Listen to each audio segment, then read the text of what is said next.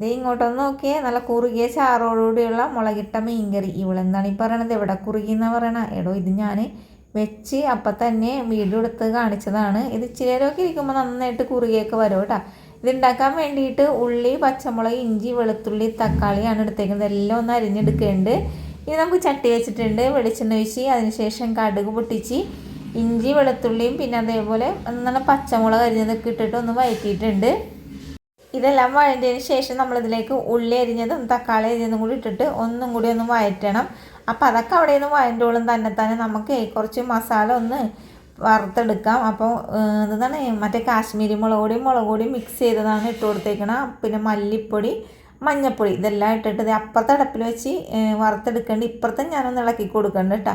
ഇനി വറുത്തെടുത്തത് നമ്മൾ മിക്സിയിലിട്ടിട്ടൊന്ന് പേസ്റ്റ് രൂപത്തിൽ അരച്ചെടുക്കണം. അതിന് ശേഷം നമ്മൾ ഈ ഒരു ഉള്ളിയുടെ മസാല ഇല്ലേ അതിലേക്ക് ഇട്ടിട്ട് നല്ലോണം എണ്ണ തെളിയണം വരെ ഒന്ന് വഴറ്റി കൊടുക്കണം. കണ്ട നമ്മുടെ മസാല എണ്ണ തെളിഞ്ഞിട്ടിട്ടുണ്ട്. ഇനി ആവശ്യത്തിനുള്ള വെള്ളവും അതേപോലെ പുളി വെള്ളത്തിലിട്ടിട്ടുണ്ടാകുന്ന നേരത്തെ തന്നെ അതും കുറച്ച് കറിവേപ്പില ഇട്ട് കൊടുത്ത്, നമ്മളിപ്പോൾ കേരമീനാണ് കേട്ടോ കറി വെക്കണത്. ആ മീനൊക്കെ ഇട്ട് കൊടുത്ത് നന്നായിട്ട് തിളച്ചതിന് ശേഷം ലോ ഫ്ലെയിമിൽ ഇട്ട് കൊടുത്ത് എണ്ണമയമൊക്കെ കിട്ടാൻ വേണ്ടിയിട്ടേ ഇനി കുറച്ച് ഉലുവാപ്പൊടിയും കറിവേപ്പില ഇട്ട് കൊടുത്ത് ഇറക്കണ സമയത്ത് ലേശം പച്ച വെളിച്ചെണ്ണ വെച്ച് അങ്ങോട്ട് മൂടി വെച്ച്. എൻ്റെ മുന്നോ ആ മൂടിയൊക്കെ തുറന്ന് കുറച്ച് നേരം കഴിഞ്ഞപ്പോൾ നോക്കിയപ്പോഴേ നല്ല മണം ഉണ്ടായിരുന്നു കേട്ടോ.